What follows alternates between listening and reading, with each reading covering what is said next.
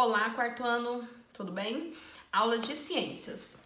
Maestra vai fazer a correção das páginas 14 e 15 do caderno de atividades da semana passada. E aí depois eu vou fazer a nossa aula de hoje. Vou fazer a introdução aqui do que nós vamos falar. Tem mais exercício, vou explicar questão por questão. Vou fazer a leitura do texto do livro também, da página 52. E aí nós vamos trabalhar nessa dinâmica aqui para que a aula dê tudo certo, para que vocês tenham um material aí para conseguir fazer tudo em casa. Então, vamos começar na página 14, Biomas Brasileiros, parte 1. Na aula passada, nós falamos sobre os biomas, começamos, né, não terminamos. Fomos no livro até a página 52, com o bioma Mata Atlântica, eu falei um pouco de cada um. Falei da fauna e da flora desses locais, da importância deles. E passei como atividade 14 e 15, sendo que a página 14, primeira atividade, número 17, está assim. Observe o mapa que apresenta os biomas brasileiros. E aí nós temos um mapa e cada cor referente a um bioma. Eu pedi para vocês colocarem e fazer a legenda desse mapa. Então, o bioma brasileiro que está em verde, só quando eu olho lá Amazonas, já me vem o quê? Floresta amazônica, que não é só lá no Amazonas, mas já me vem à mente. Então, de verde, a Amazônia. O bioma que nós vamos colocar aí é a Amazônia. Amazonas, estado. A Amazônia é a floresta, é o bioma, tá bom? Esse amarelo mais clarinho aí, nós estamos aí no nosso estado, Goiás. E qual que é o bioma do nosso estado? É o Cerrado. Então, esse aí é o segundo Cerrado. Depois, nós temos lá no Nordeste, essa cor aí, esse amarelo mais escuro, e lá, o bioma que faz parte lá é a Caatinga. Vocês ainda não viram, mas já adianto para vocês. E nós temos de verde clarinho, que eu falei que compreende todo o litoral. Na aula passada ainda falei para vocês que vai do Nordeste ao Sudeste, minto. A Mata Atlântica, ela se estende do Nordeste até o sul do país, e infelizmente ela foi quase totalmente dizimada. Mas é uma mata é um bioma extremamente importante, a Mata Atlântica, por conter diversas espécies. E aí nós vamos colocar então nesse verdinho Mata Atlântica, nesse verde mais claro. Roxo, nós temos aí Mato Grosso, é o Pantanal, lá na época das cheias fica quase que totalmente alagado, pântano, vem de pântano, Pantanal. E esse marronzinho lá no finalzinho, a região sul, o Pampa, não sei se vocês já ouviram falar, os Pampas gaúchos. Depois nós vamos ver esse bioma aqui. Eu posso adiantar para vocês que ele é plano, assim, com capins, aquele bonito, assim, limpo, é o Pampa. Faça uma pesquisa em livros ou na internet, identifique os biomas o bioma em que o estado onde você mora está localizado. O estado que nós estamos é o estado de Goiás. Bioma é o Cerrado. Você já visitou algum lugar em outro bioma? Qual? E pessoal, cada um com a sua, acredito que muitos sim. 18. Observe as imagens a seguir. Mata Atlântica, riacho em trecho de mata e bromélia crescendo sobre uma árvore. Assinale as alternativas corretas com X. Todas as imagens representam ecossistemas artificiais? Pelo contrário, nenhum deles foi criado pelo homem, então não é artificial. A árvore pode ser considerada um ecossistema dentro de um ecossistema maior? Sim, ela é um ecossistema dentro de um ecossistema maior. Então, a árvore, então, verdadeira e marca o X. Correta. A Mata Atlântica é um agrupamento de vários ecossistemas com características de vegetação, clima e relevo semelhantes. Primeiro, para ser um bioma, precisa dessas características. Então, sim, marca um X. A Amazônia possui uma das maiores biodiversidades do planeta, em termos de número de espécies vegetais e animais. Realize uma pesquisa em livros ou na internet e cite 4 exemplos de espécies de animais e 4 exemplos de plantas que vivem nesse bioma. Depois eu vou olhar a pesquisa de cada um também. E aí eu vou lá no livro agora, na página 52, depois eu volto para explicar a atividade de casa do caderno de atividade.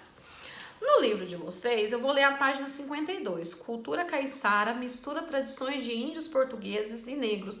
Inclusive, dia 19, próximo domingo, é um dia destinado à comemoração ao Dia do Índio. Eu não acredito que, de tamanha importância que eles sejam para nós e para o nosso país, que nós temos que ter um dia específico para comemorar. Eu acho que o respeito e a comemoração tem que ser sempre, mas é um dia voltado para a gente fazer uma reflexão crítica sobre como nós estamos respeitando esses povos indígenas ou não, como que eles estão sendo tratados, sendo eles os primeiros habitantes desse país. Então, bom para nossa reflexão.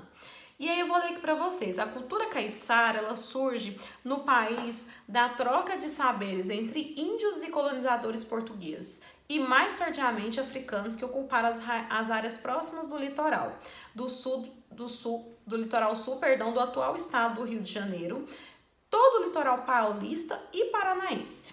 Foi, inclusive, graças a essa troca de conhecimento que estrangeiros menos favorecidos conseguiram sobreviver nas matas litorâneas, com a ajuda desses indígenas.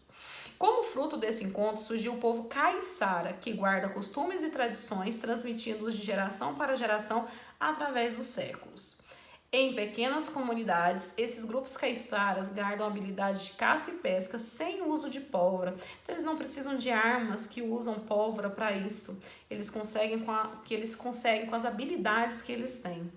Do uso de recursos naturais da mata para alimentação, saúde ou como matéria-prima para a construção de casas, redes e canoas. São heranças dos Tupinambás e Carijós. Isso além da manufatura de instrumentos de trabalho e para o uso doméstico e recreativo.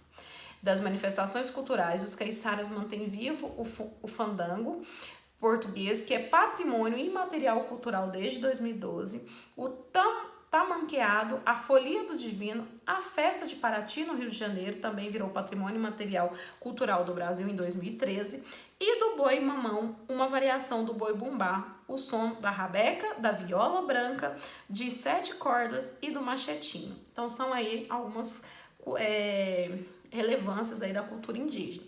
Na cozinha exibem os mais diversos o uso da mandioca, como também pratos feitos com peixe defumado e outros cozidos lentos para comer com pirão. Então, e aí a 1 e a 2 vocês vão copiar no caderno e responder. Você acha que ser caiçara é sinônimo de nascer no litoral? Depois que eu li esse texto, vocês vão fazer uma outra leitura em casa. A maioria da população brasileira vive nas grandes cidades, longe dos ambientes naturais, como as florestas. Ainda assim, você acha que há algo que essas pessoas possam fazer para preservar esses ambientes? Dê exemplos. Então, essas duas questões no caderno de vocês. Número 1 da página 53, ainda continuo falando sobre os indígenas, sobre os povos indígenas. Na Amazônia vivem vários povos indígenas, que são os maiores conhecedores dos animais e das plantas da região. Nas fotografias a seguir, de 2010, você pode observar um pouco da vida dos indígenas do povo Saterê Maroé, que vivem na Amazônia rural da cidade de Manaus, no Amazonas. Aí temos 4 fotos. Quais são as atividades mostradas nas fotografias? De que maneira elas mostram a relação dos indígenas com a natureza? Ou seja, o que eles estão fazendo na fotografia, na primeira, segunda, terceira, e o que isso tem de ligação com a natureza, tá bom? Depois vocês vão fazer a página 54 e 55. O mico-leão-dourado estava desaparecendo na Mata Atlântica quando as pessoas que fazem parte de um programa de preservação começaram a criar esses animais em cativeiro, para depois soltá-los na mata. Em cativeiro é criar em um local ali específico. Vamos dizer que o homem criou um local ali artificial para a criação deles.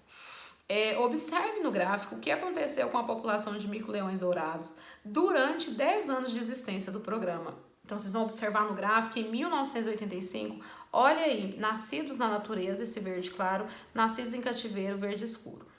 E aí, olha aí, o que foi acontecendo. Observem bastante, com bastante atenção. Em 1987, nasceram mais mico-leões dourados em cativeiro ou na natureza? Aí vamos lá, em 1987, vocês vão olhar a coloração. Nasceram mais os que estavam em qual local? Verde escuro aí. E em 1995, você acha que o programa ajudou a aumentar o número desses animais na Mata Atlântica? De que maneira? Programas voltados à preservação, de toda forma, eles são importantes, porque eles estão fazendo um trabalho, eles estão tentando auxiliar a natureza a preservar esses animais, a terem uma sobrevivência e não serem extintos, tentando diminuir a invasão e os malefícios causados pelo homem nessa natureza. Então pensem sobre isso, sobre como esses programas são relevantes, são importantes. Se, na sua opinião, vale a pena aplicar dinheiro e ocupar pessoas na recuperação de uma espécie ameaçada de extinção? 3. Leia o texto abaixo sobre o conceito de serviços ambientais. Os serviços ambientais e as funções ecológicas desempenhadas pelos pelas florestas são ainda pouco compreendidos. Infelizmente, as pessoas não compreendem isso como algo necessário, muitos não. E por isso acabam não sendo valorizados pelas pessoas, especialmente pelos habitantes das cidades, que não veem ou sentem a biodiversidade em suas vidas. São exemplos de serviços ambientais a regulação do ciclo da água, a purificação do ar, a proteção contra a erosão, a polinização das culturas e reciclagem de dejetos, a regulação do clima. A esses serviços prestados pela natureza gratuitamente, que permitem a manutenção da vida e a nossa sobrevivência, damos o nome de serviços ambientais. Então é extremamente importante refletir sobre isso, sim, e preservar e valorizar isso. Pense no seu dia a dia, tudo que acontece. Você conseguiria identificar a presença de serviços ambientais? Dê exemplos. Tenho certeza que sim, vocês podem citar os exemplos. Terminando, nós vamos lá para o bioma cerrado, que é o bioma do nosso estado, e eu preparei alguns slides aqui. Depois eu vou disponibilizar os slides para vocês também. Então, nós temos o cerrado. Cerrado é o nome dado às savanas brasileiras, caracterizadas por árvores baixas, arbustos espaçados e gramíneas. E pode ser classificado como cerradão, cerrado típico, campo cerrado, campo sujo de cerrado ou campo limpo, sendo que o cerradão é o único que apresenta formação florestal. É o único em que eu vou encontrar florestas. Demais eu sei aquelas gramíneas, arbustos, árvores bem espaçadas e baixas. Estados com bioma cerrado. Presentes nos estados de Minas Gerais, Mato Grosso, Bahia, Mato Grosso do Sul, Tocantins e Goiás, o cerrado cobre cerca de 197 milhões de hectares do território brasileiro, sendo o segundo bioma mais produtivo do país. Então, daí a sua extrema importância também. Todos são importantes, o nosso bioma cerrado é muito importante. Principais características desse bioma. A principal marca do bioma cerrado são seus arbustos de galhos retorcidos e o clima bem definido, com uma estação chuvosa e outra seca. Entretanto, na região do Cerrado encontram-se 3 das maiores bacias hidrográficas do país, sendo este bioma o berço de rios caudalosos como São Francisco. Acredita-se, pois, que as peculiaridades da flora, troncos tortuosos e com casca espessa, se devam à falta de alguns micronutrientes específicos e não à falta de água necessariamente. Biodiversidade. Acredita-se que o cerrado brasileiro seja o tipo de savana mais rico em biodiversidade do planeta, com mais de 4.400 espécies vegetais endêmicas, de um total de 10.000 espécies, 837 espécies de aves e 161 espécies de mamíferos. Então, assim, de uma riqueza inimaginável. Na página 56, vocês vão fazer a leitura do livro de vocês. Tem aí também mais imagens da flora e fauna do cerrado. Na página 57, também imagens de alguns animais que fazem parte, que habitam o cerrado, esse bioma cerrado. E eu coloquei aqui para vocês algumas espécies, inclusive no livro tem.